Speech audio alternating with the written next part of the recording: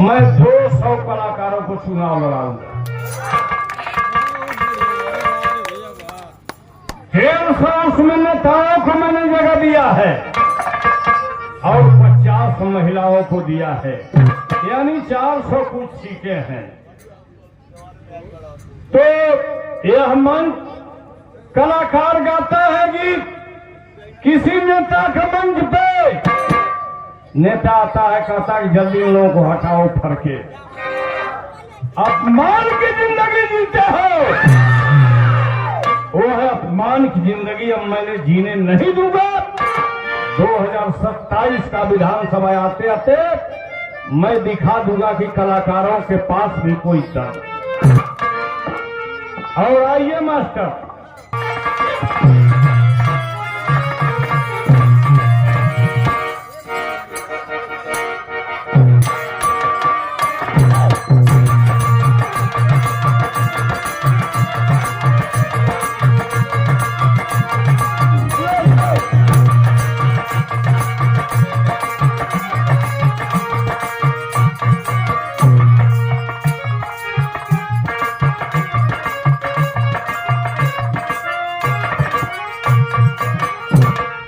Command है हमार गीत के लाइन में यही पर 2-3 अंतरा का गीत रही, सबसे हट के रही।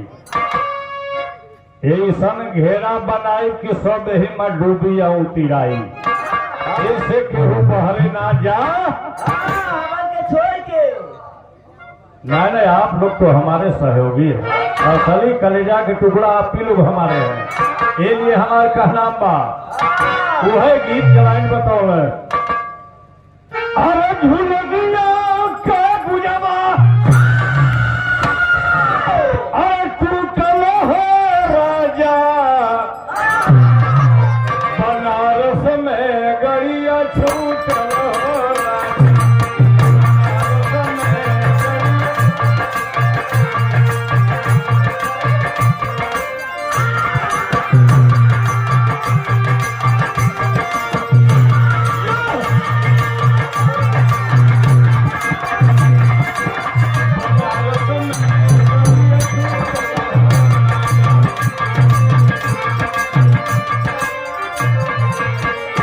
लेकिन हमारा लाइन सुना, एक नर्क बात बताओ थे। अर्जुन जी मोहन से कहना, यानी कृष्ण भगवान से, प्रभु ये बताओ तुहर मन कहाँ कहाँ बसेला, तो बताओ तुम्हें का। और मोहन से अर्जुन कहे, और मोहन से अर्जुन कहे, एक शंका बसरवाए प्रभु आपन बताओ, प्रभु आपन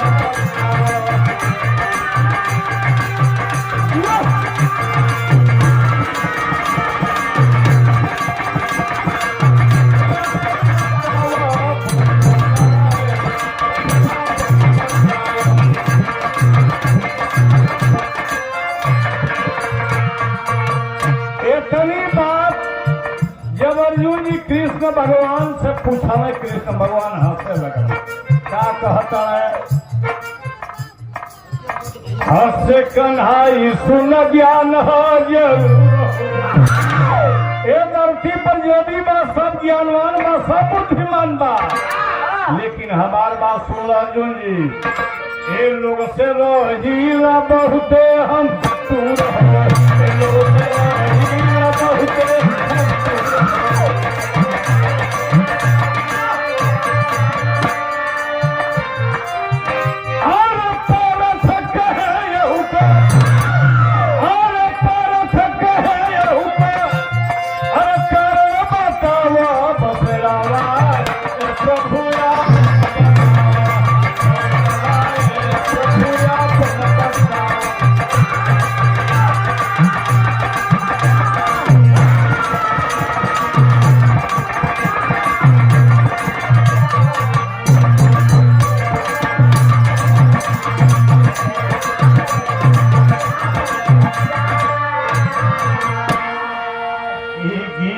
लाइन जो हमार कभी हो वो एटीएम कभी हो। एटीएम डाला तुरंत पैसा निकाला उनको ही लेखनी है।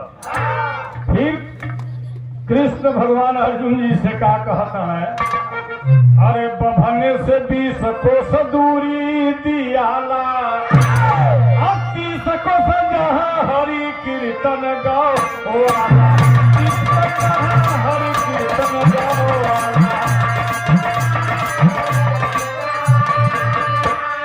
कहला कि बभने से 20 कोस दूरी और कीर्तन से 23 कोस दूरी। जवन बाभन इतना पूजा पाठ करे उन्हन से 20 कोस दूरी। कहले कि जवन ढोंगी बाभन हो जो हमारे परम तत्व के ज्ञान के ना जाना था वैसा बाभनन से 20 कोस दूरी।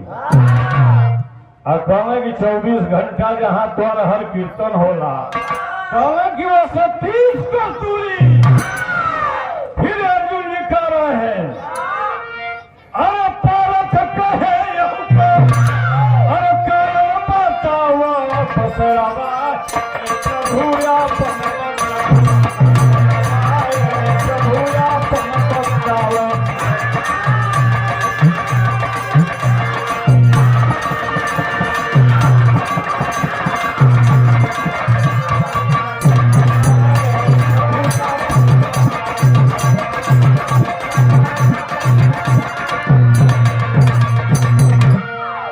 बाभन बेहुदा लूटे लायन रे, कीर्तन में लगवा कहे रे रे रे रे। बताओ हमके बैठे की जगह कहीं लौका था? खड़ा रहा तू। खड़ा रहा। कहीं लौका था कि बाभन बेहुदा लूटे लायन रे, कीर्तन में लगवा कहे रे रे रे रे। केहू न कहेला कि प्रेम से तू आवा बसरवाए प्रभुया बनबता।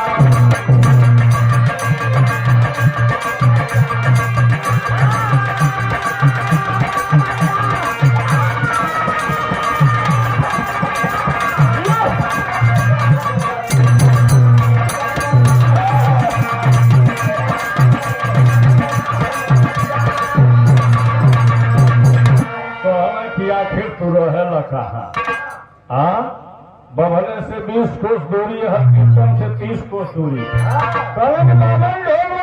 लूटने का काम करता है। आज इतना हर कीर्तन गावे वाला रहा सो उन्होंने के ज्ञाने नहीं थे कि हमके का खा पी के गावे भगल गई हो कि हमके भगले वो यार ना मिलिए जो का हर कीर्तन हो 5 मिनट बैठ के हमार नाम ना नहीं। फिर अर्जुन जी कह रहे कृष्ण भगवान से आखिर रहते कहाँ हैं? बता रहे हैं कि ज्ञानी की हृदय में दानी की कपारे, अरे कावे केहू के नया जे तुम्हारे।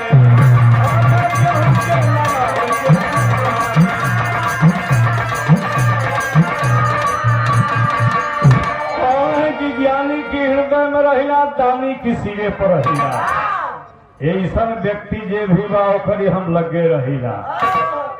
और का कहता है बोल दिया बस एक लाइन है अधूरा न कवि जी का नाम मर गया। अरे बता समझ गई बस रवाए प्रभुया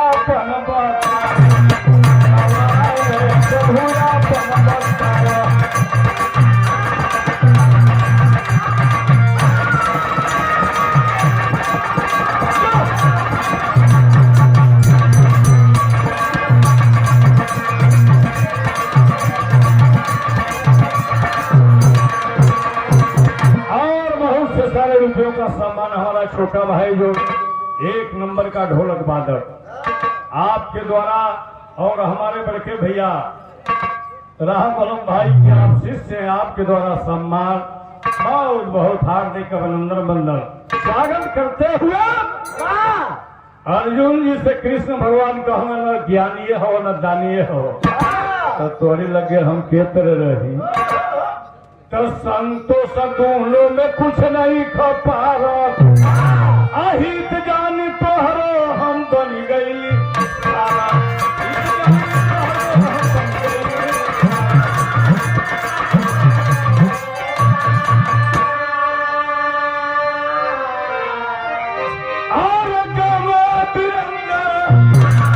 संविधान तू बचाओ, बसरवाए प्रभु आपन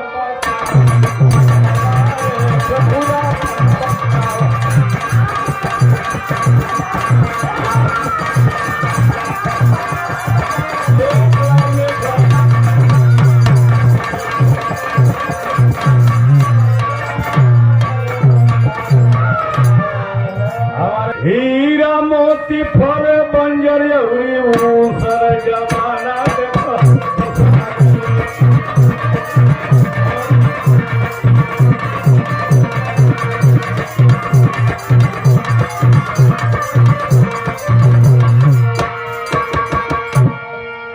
हीरा मोती फल बंजर अउरी ऊसर जमाना देखो। दूसरे आ गए आल्हा लड़की खत्म हो गई ले, खत्म भइल फरवाही।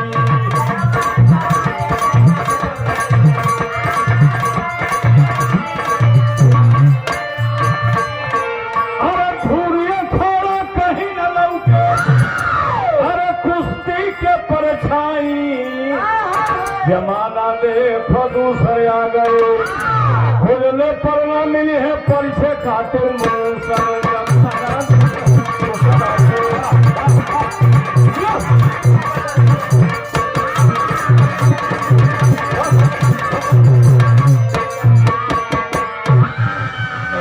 हुस्न को करो कीमत है भइल पर्दा, आसादी पत्ती फेल के दिहरस, अरे नामी नामी जरदा।